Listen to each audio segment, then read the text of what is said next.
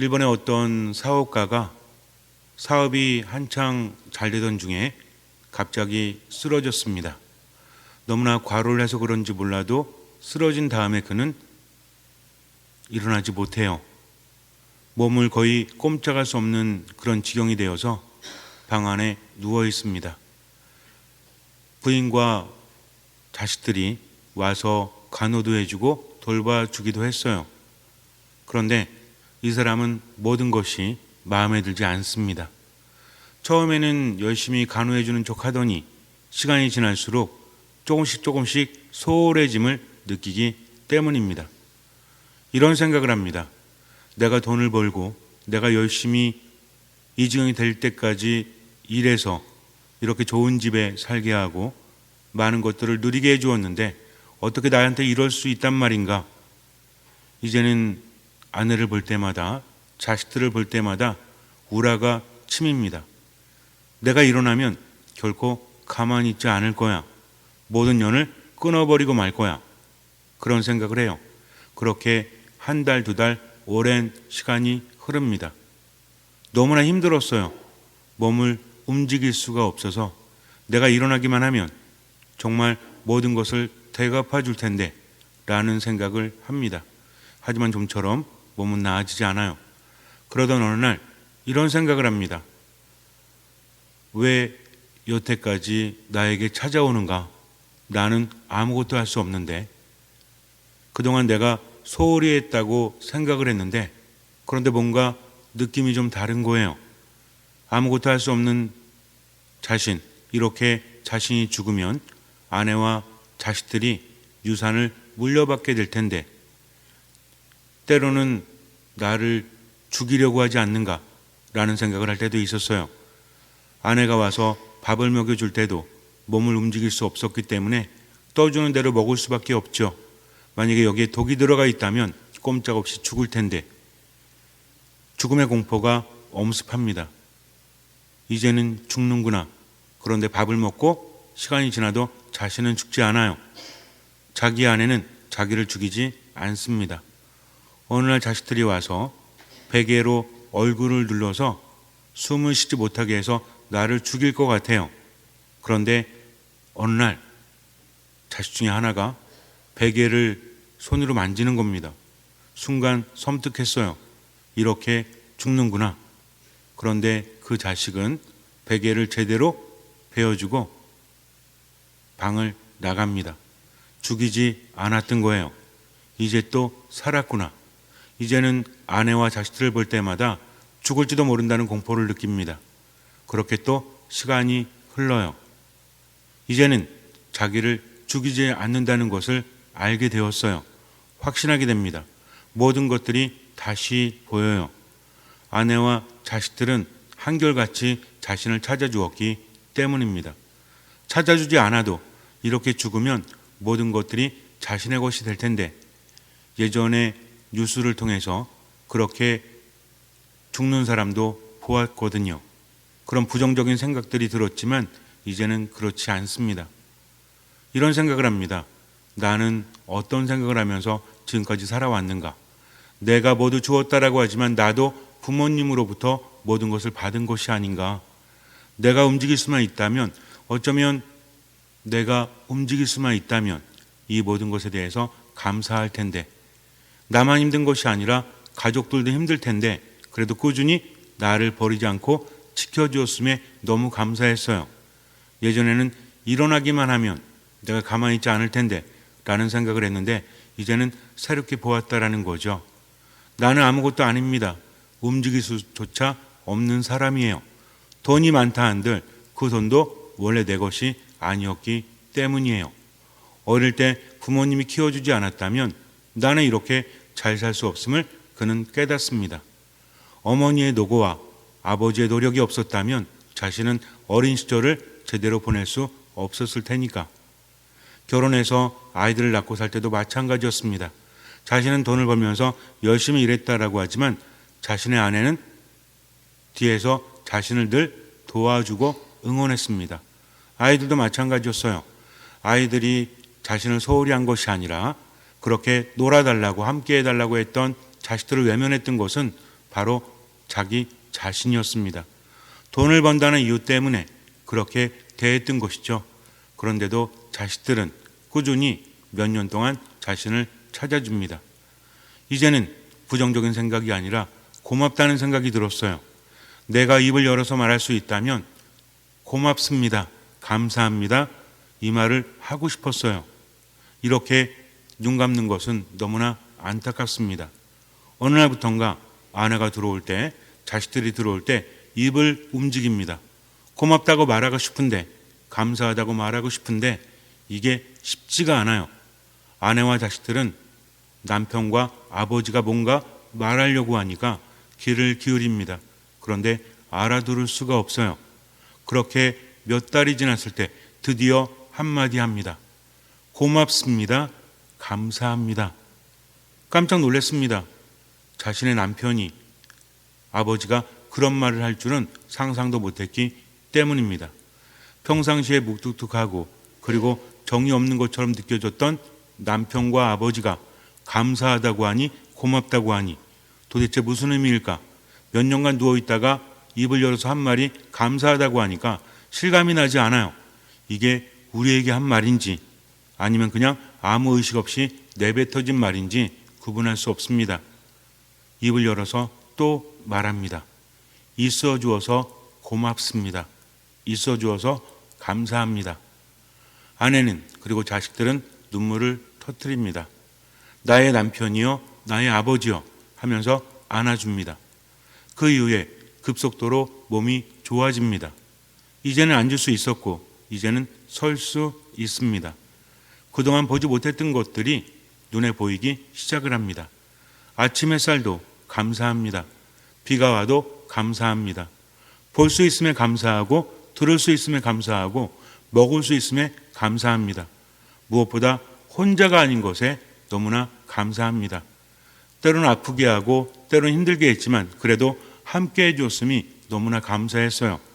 그 다음부터 이 사람은 모든 것에 감사하면서 그렇게 건강하게 살고 있다라고 합니다.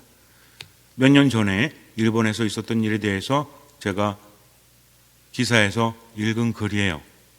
조금 극화해서 여러분께 알려드렸는데 이 사람이 일어날 수 있었던 이유는 감사함을 알았기 때문이라고 합니다. 감사함은 사람을 살리죠. 우리가 감사합니다, 감사합니다 말할 때도 기분이 좋아진다라고 했죠. 몸이 너무나 안 좋을 때, 마음이 너무나 안 좋을 때, 그럴 때 감사합니다 3번만 외치면 나아짐을 느낍니다. 3번 해서 안 되면 5번을 외쳐보세요. 그러면 놀라운 기적이 일어나요. 더군다나 우리는 누구에게 감사하죠? 하느님께 감사합니다. 하느님 감사합니다. 하느님 감사합니다. 하느님 감사합니다. 3번의 감사함이 기적을 일으킨다는 거죠. 감사함이라는 것은 이렇게 좋은 것입니다. 감사함은 다른 이에게 감사하지만 감사함의 기적은 감사하는 사람에게 일어난다는 거죠. 그런데 우리는 감사하지 못하죠. 왜 감사하지 못해요? 너무나 억울해서, 너무나 답답해서, 그리고 왜 이런 일이 내게 일어나는가? 원망스러운 마음 때문에 감사하지 못합니다. 그런데 생각해보면 감사하지 못하는 것은 모두가 내 것이라는 생각 때문이라는 것이죠. 내 것을 빼앗겼기 때문에, 내가 더 많이 갖지 못했기 때문에 그 중심에 내가 있으니 감사하지 못합니다. 우린 무엇에 감사해야 될까요? 이런 집안에 살게 해주심에 감사합니까? 이런 공동체에 살게 해주심에 감사합니까? 앞에 이런을 붙였는데 어떤 느낌이 오십니까? 이런 가정에 살게 해주심에 감사드립니다 라고 했을 때 여러분들에게 어떻게 들리세요? 이런이라는 표현이 긍정적으로 들리십니까? 부정적으로 들리십니까? 어떤 사람이 이런 집구석이라고 말한다면 이것은 긍정적이진 않을 거예요. 사람마다 다를 수밖에 없다는 것입니다. 어떻게 생각하느냐에 따라서 달라진다는 것이죠. 감사한다는 것은 과연 무엇입니까? 우리에게 있어서 왜 감사를 해야 하는지 그 이유를 알아야 한다는 거죠. 돈이 많기 때문에 감사합니까? 일이 잘 되기 때문에 감사합니까? 모든 것이 감사할 거리라는 거죠. 우리는 하느님과 함께 하면서 그분께서 우리와 함께 하시면서 나를 지켜주시고 이끌어 주시고 또 치유하시는 삶을 살아갑니다. 하느님께서는 끊임없이 함께 하심을 알려주셨죠. 그래서 성경을 잘 몰라도 구약부터 신약까지 하느님께서 원하시는 것은 무엇이다? 우리와 함께 하기를 원하신다. 그분은 늘 함께 하시면서 우리가 그것을 받아들이고 당신을 따라오기를 원하신다라고 했습니다. 그래서 믿음이라는 것은 함께 하시는 하느님을 알아보고 그분의 말씀을 듣는 마음으로 지금을 살아가는 거죠. 이렇게 살아가는 사람은 하느님께 감사합니다. 세상에 우연은 없기 때문에 그래요. 세상에 당연한 것은 없기 때문에 그렇습니다. 믿지 않는 사람들도 당연하다 생각하지 않는 순간부터 행복하다고 해요. 가족들이 나에게 해주는 것, 내가 살아가면서 받는 모든 것들은 당연한 것이 아니라는 거죠. 우리가 차비를 내고 차를 타지만 차비를 내서 마땅한 값을 치르지만 차가 없다면 아무리 차비를 낸다고 할지라도 차를 탈 수 없죠. 때로는 길이 밀리고 때로는 사람들이 많아서 편하게 가지 못해도 차가 있음에 감사해야 되지 않습니까? 근데 우리는 왜 감사하지 못하죠? 모든 것을 당연하게 여기기 때문에 그래요. 나쁘다라고 말하는 게 아닙니다. 저도 그래요, 저도. 그런 것에 대해서 감사한다는 것을 너무나 자주 잊고 있다는 거죠. 하지만 중요한 것은 의식하는 순간부터 행복하다는 거죠. 차가 밀려가지고 답답해 죽겠지만 그럼에도 불구하고 차가 있으니 내가 걷는 것보단 빠르다라는 생각을 한다면 그 사람은 행복합니까? 행복하지 않습니까? 행복하다는 거죠. 남편이 술 먹고 늦게 들어와요. 주일만 되면. 성당에 나가가지고 그냥 어울려가지고 그냥 뭐 하는지 몰라. 그러다가 저녁이 되면 그때서야 들어옵니다. 그럴 땐 어떻게 하고 싶어요? 그냥 확 긁어버리고 싶어요? 하지만 어떻게 본다면 집에 누워서 꼼짝 못하는 것보다는 그래도 감사하지 않겠습니까? 모든 것을 어떻게 보느냐가 중요하다는 거죠.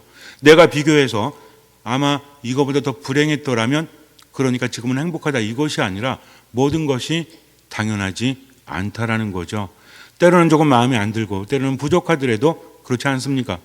저도 마찬가지인 것 같아요. 하느님께 감사할 때는 행복감을 느끼지만 그렇지 않을 때는 정말 너무 힘듭니다. 제가 예전에 벌써 한 10몇 년이 지났어요. 군종신부로 있을 때 그때 어떤 생각을 했냐면 여기저기 떠돌아다니면서 미사를 합니다.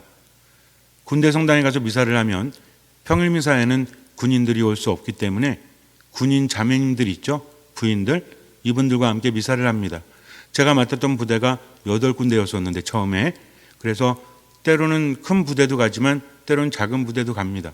지금보다 더 힘들었어요. 평일 미사 한 번 하기 위해서 한 50km 달려가서 미사를 하고 다른 곳에 가서 또 미사를 하고 군정병과 함께 그렇게 가면서 늘 고민했던 게 뭐냐면 오늘은 신자들이 있을까? 신자가 2명, 3명인 성당도 있습니다. 근데 한 분이 시장 가고 한 분이 뭐 친정 가고 이러면 한 분 남잖아요. 그 한 분마저 약속 있어서 나가면 그냥 파리만 날리는 거죠. 성당에서 군정병과 둘이 미사를 하고 와야 합니다. 그때 어떤 생각을 했냐면 야, 본당 신부님들이 너무 그립다, 부럽다. 일반 본당에서는 신자들이 오잖아요. 지금은 내가 찾아가는데 그래서 신부라고 다 같은 신부는 아니구나 하면서 제가 그때 가장 바랬던 게 뭐냐면 신자들이 찾아오는 성당에 내가 머물면서 미사했으면 좋겠다. 그러면 여한이 없겠다. 하느님께 모든 것을 감사하겠다라고 생각을 했어요. 근데 본당 나가고 보니까 처음에 한 2년 동안은 늘 감사했습니다. 신자들만 봐도 그냥 좋은 거야. 왜? 찾아와 주니까. 얼마나 좋습니까? 군정병과 함께 둘이 미사하는 것보다 함께 미사하니 얼마나 행복해요. 그때 어떤 생각을 했냐면 이 신자분들이 거룩한 미사 안에 머물 수 있도록 나는 최선을 다해야 되겠다 하면서 더 공부하고 전례에 대해서 더 많이 알아가고 그리고 도입하기 시작을 했습니다. 많은 신자들과 함께 미사하는 것이 너무나 행복했어요. 그런데 2년이 지나고 3년이 지나고 4년이 지나니까 당연한 것으로 받아들여집니다. 이제는 신자들이 잘하는 것보다 못하는 게 마음에 걸리는 거예요. 예전에는 스마트폰이 울려도 물론 제가 군대에 있을 때는 스마트폰이 없었습니다. 가끔 전화기가 울려도 사람이 있구나 라는 것에 감사했는데 이제는 전화기가 울리면 어때요? 아니 이 거룩한 미사에 왜 울리고 그러지? 물론 그렇다고 해서 마음껏 울려도 된다는 말은 아닙니다. 제가 아는 표현은 다른 거예요. 이제는 신자들이 많아지다 보니까 감사하기보다는 오히려 다른 눈으로 바라볼 때도 있다라는 거죠. 왜 그렇습니까? 모든 것이 당연하다 생각을 하기 때문에 그래요. 정말 그렇습니다. 지금 내가 불행하다 여기는 것, 지금 내가 힘들다 여기는 것, 이것은 모두 내 것이라고 생각을 하기 때문이라는 거죠. 세상에 내 것이 있습니까? 아무것도 없죠. 우린 빈손으로 왔다가 빈손으로 갑니다. 모든 것이 하느님께서 주신 것이라는 거죠. 그런데도 그것에 감사하지 못하니까 어떤 일이 벌어지죠? 내가 감사할 때와 감사하지 못할 때는 삶의 태도가 달라지죠. 감사하지 못할 때는 어때요? 어쨌든 우리 마음에는 무엇인가 채워지게 마련이에요. 감사함으로 채워진 사람은 내 것이 아니기 때문에 모두 하느님께서 주신 것이기 때문에 하느님의 뜻대로 살아가려고 노력을 합니다. 때론 내가 손해를 보고 때론 좀 힘들어도 하느님의 뜻이라면 제가 하겠습니다 하면서 하느님과 함께 살아가려는 마음, 귀를 기울이는 마음이 있다는 거죠. 근데 감사함을 잃어버리는 순간부터 무엇이 우리 마음을 채우죠? 불평이 채웁니다. 분노가 채웁니다. 짜증이 채운다는 거죠. 그러다 보니까 세상이 어떻게 보여요? 이뻐 보여요? 안 이뻐 보이지. 어떻게 보여요? 화가 나 보입니다. 짜증나 보입니다. 모든 것이 답답한 거죠. 그러면서 자기중심적으로 세상을 살아갈 수밖에 없어요. 그래서 불평이 나오고 점점 감사함이 사라집니다. 행복합니까? 불행합니까? 불행한 거죠. 자기만 불행한 게 아니라 다른 사람도 불행하게 만들어요. 마음이 어디로 흘러가는지 알지를 못해요. 그러니까 어떻게 합니까? 중상모략하고 험담하고 그리고 잘 되는 꼴을 볼 수가 없는 거죠. 왜 그래요? 모든 것이 내 것이라 여기기 때문입니다. 모든 것이 당연하다 여기기 때문입니다. 겸손은 잃어버리고 점점 교만해지기 때문인 거죠. 옆에 누가 계시지 않은 것처럼 하느님께서 계시지 않는 것처럼 하느님을 잃어버리다 보니까 점점 삶은 힘들어집니다. 지혜서 저자는 말하고 있죠. 뭐라고 말합니까? 오늘 독서에서 지혜서 저자는 모든 것이 하느님께 받았다. 통치자들이 백성을 통치할 때 그의 권력도 통치권도 하느님께로부터 받았다. 그런데 그것을 망각하기 때문에 그들이 제대로 살지 못하는 거다라고 우리에게 전해주고 있죠. 우리는 세상의 권력자는 아닙니다. 그러나 나름 내 삶의 권력자잖아요. 그런데 이 모든 것들이 내 것이라 여기니까 뭐하지 못한다? 감사하지 못하는 거죠. 중요한 건 여기 있습니다. 신앙이 있나 신앙이 없나 이것은 감사하는가 감사하지 못하는가 여기에서 삶의 방향이 달라진다는 거죠. 예수님께서 나병 환자 10사람을 고쳐주십니다. 바로 이스라엘과 사마리아 지역 경계 부근에서 나병 환자 10사람이 튀어나와서 예수님께 스승님 자비를 베풀어 주십시오 라고 청하죠. 자비를 베풀어 준다는 것은 자신들은 나병에 걸렸고 그것을 치유할 수 있는 능력, 하느님의 힘을 지닌 바로 예수님, 그분에 대해서 들어서 알고 있습니다. 아무나 고칠 수는 없잖아요. 나병을 아무나 고칩니까? 이들은 격리된 삶을 살고 있어요. 병이 들었기 때문에 더 이상 가족들과 함께 살아갈 수 없습니다. 그래서 하루하루 절망 속에서 힘들게 살아가고 있는데 한 줄기 빛이 보였죠. 예수님에 대한 말씀이 들립니다. 그때부터 희망의 삶을 살았어요. 더 이상 절망이 아닌 희망의 삶으로 바뀐 것에 대해서 그들은 그 빛을 따라서 예수님께 나아옵니다. 그리고 당신은 하느님의 힘을 지니셨으니 저희에게 자비를 베풀어 주십시오. 예수님의 능력을 의심한 것이 아닙니다. 그분께 뭘 청했어요? 치유를 청한 게 아니라 자비를 청했다는 거죠. 오로지 하느님의 자비로 자신들이 치유받을 수 있음을 그들은 알았기 때문에 그래요. 그랬더니 예수님께서 가서 사제들에게 너희 몸을 보여라 하고 이르십니다. 그들이 가는 동안 몸이 깨끗해졌죠. 기적을 체험했습니다. 근데 문제는요, 한 사람만 돌아오고 나머진 돌아오지 않았다라는 거죠. 분명히 나병이 사라지는 것을 체험했다면 누구에게 돌아와야 돼요? 예수님께 돌아와서 뭘 드렸어야 돼요? 감사를 드렸어야 됩니다. 그런데 9은 감사를 드리지 않아요. 한 사람만 와서 감사를 드리는데 그 사람은 어디 사람이었어요? 사마리아 사람이었습니다. 이방인이었다는 거죠. 나머지 유대인들은 어디 갔습니까? 물론 이 9명 중에 유대인이 몇 명인지는 몰라요. 중요한 것은 사마리아 사람만이 돌아와서 예수님께 감사를 드렸다는 거죠. 그는 무엇하면서 돌아왔습니까? 하느님을 찬양하면서 돌아와서 예수님 발 앞에 엎드려 감사를 드렸습니다. 나머지는 오지 않았다라는 거죠. 기적을 체험하면서도 하느님께 감사하지 못합니다. 그랬더니 예수님께서 말씀하시죠. 일어나 가거라. 내 믿음이 너를 구원하였다. 왜? 그 사람만이 하느님께 영광을 드리러 돌아왔기 때문에 그래요. 다른 사람은 하느님의 기적을 체험했으면서도 뭘 잊었어요? 하느님께 영광을 드리고 감사를 드리면 잊었다는 거죠. 그래서 무엇을 얻지 못합니까? 안타깝게도 구원을 얻지 못했다는 거죠. 이 사람은 감사함으로 인해서 몸의 치유뿐만 아니라 영혼의 구원까지도 얻게 되었다는 것입니다. 우리도 마찬가지예요. 때로는 불평이 가득할 수밖에 없죠. 인간이기 때문에 누구나 그렇지 않습니까? 그러나 그 가운데에서 뭘 해야 돼요? 묵상을 해야 한다는 거죠. 처음부터 잘할 수는 없습니다. 중요한 건 뭐냐면 어떤 일 안에서 하느님과 함께하면서 듣는 마음으로 머물다 보니까 그분의 메시지가 우리에게 들려진다는 거죠. 신앙인의 삶은 하느님과 함께한다고 했습니다. 우리 천주교인들의 삶은 감사함의 삶이에요. 그래서 우리에게 있어서 가장 중요한 기도가 어떤 기도라고 했죠? 주님의 기도도 이 안에 포함이 되어 있습니다. 기도는 하느님과의 대화라고 했죠?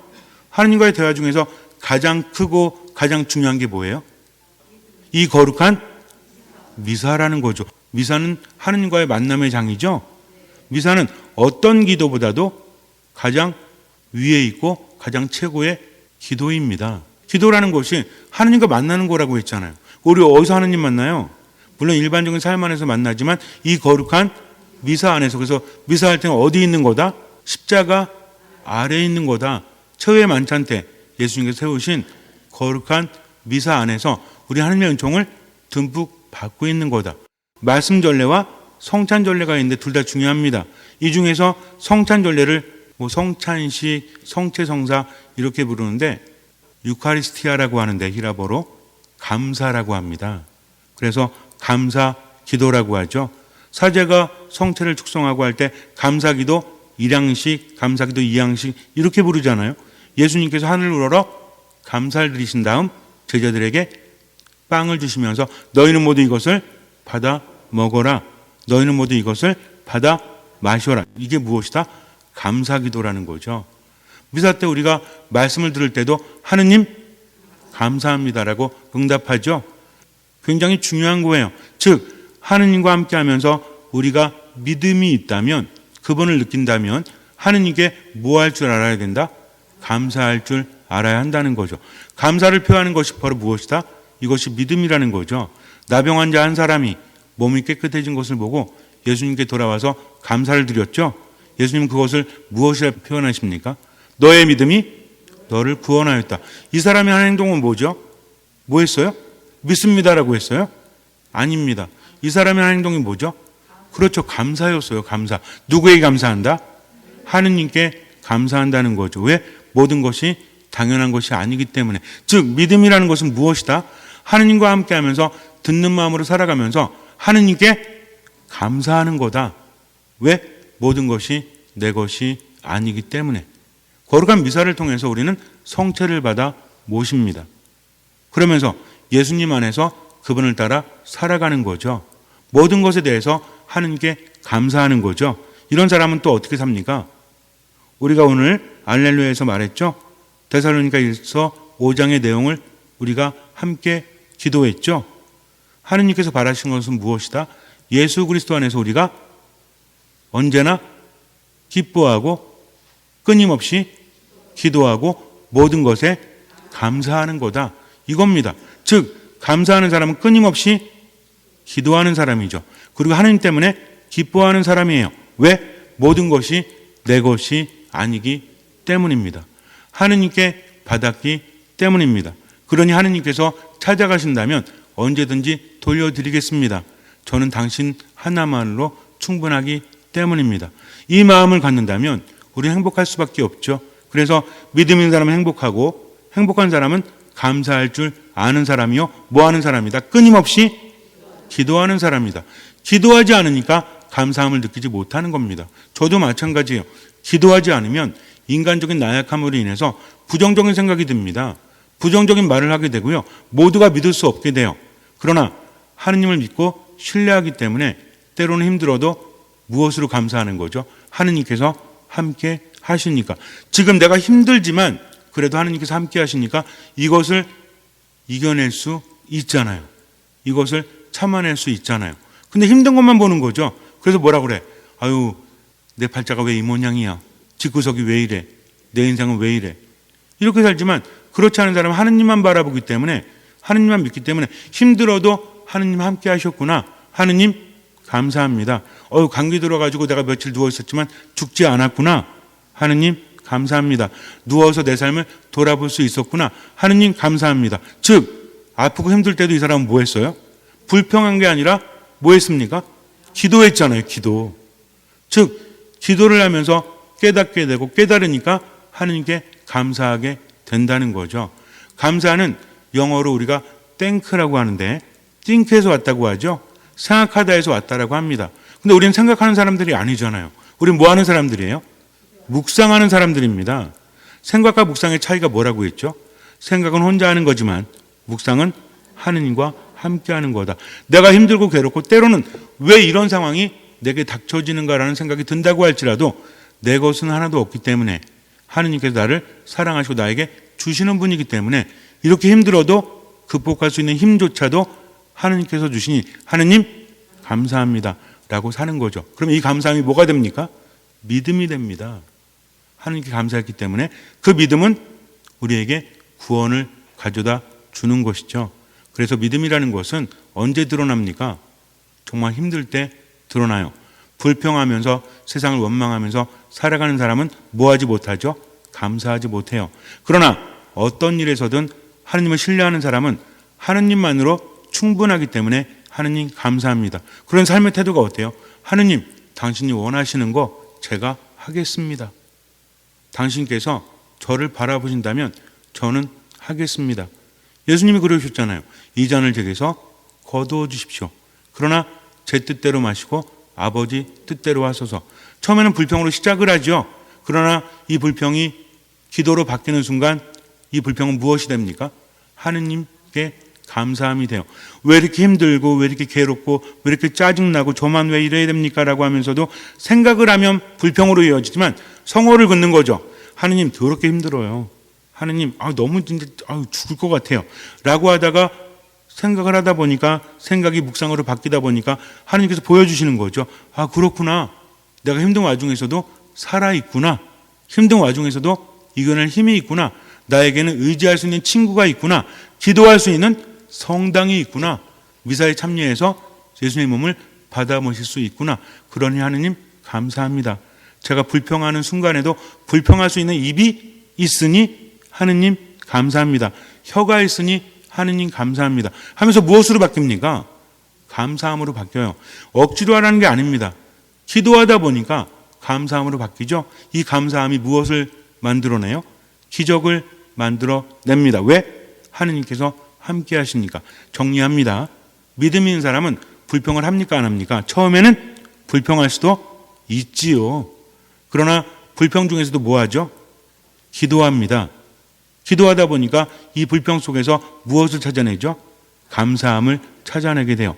감사하니까 몸도 마음도 좋아지고 상황도 좋아지죠. 왜 그래요? 믿음 있는 사람에게 하느님은 함께 하시기 때문입니다. 맨날 성당에 와서 앉아 있어도 듣는 마음이 없다면 감사할 줄 모르고요. 감사할 줄 모르는 사람은 모든 것이 자기 것이라고 착각하기 때문에 하느님 안에서 살아가지 못하지만 감사할 줄 아는 사람에게 당연한 것은 없습니다. 그렇기 때문에 숨 쉴 수 있는 것도 하느님께 감사하고 무엇보다도 하느님께서 함께 하심에 감사드리는 거죠. 잠시 눈을 감으세요. 우린 과연 무엇에 감사할 수 있습니까? 때로는 이해할 수 없어도 때로는 너무나 힘들어도 모든 것에 감사하라고 하십니다.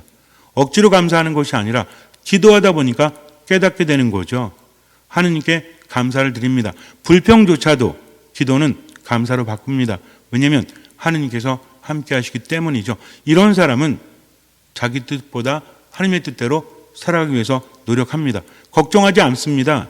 염려하지 않습니다. 하느님께서 함께 하시기 때문이죠. 때로는 핍박을 받고 때로는 미움을 받고 때로는 외로워도 하느님께서 함께 하시니 그분만 바라보고 지금을 살아갑니다. 이 사람의 삶에는 구원이 있습니다. 이 사람의 삶에는 기적이 있습니다. 하느님께서 함께 하시기 때문이죠. 그러니 모든 것에 감사할 수 있도록 기도하십시오. 끊임없이 기뻐하십시오. 하느님께서 함께 하심에 늘 듣는 마음으로 지금을 살아가십시오. 주님께서는 그 믿음을 보시고 우리 삶에 놀라운 기적을 일으켜 주실 것입니다. 아멘.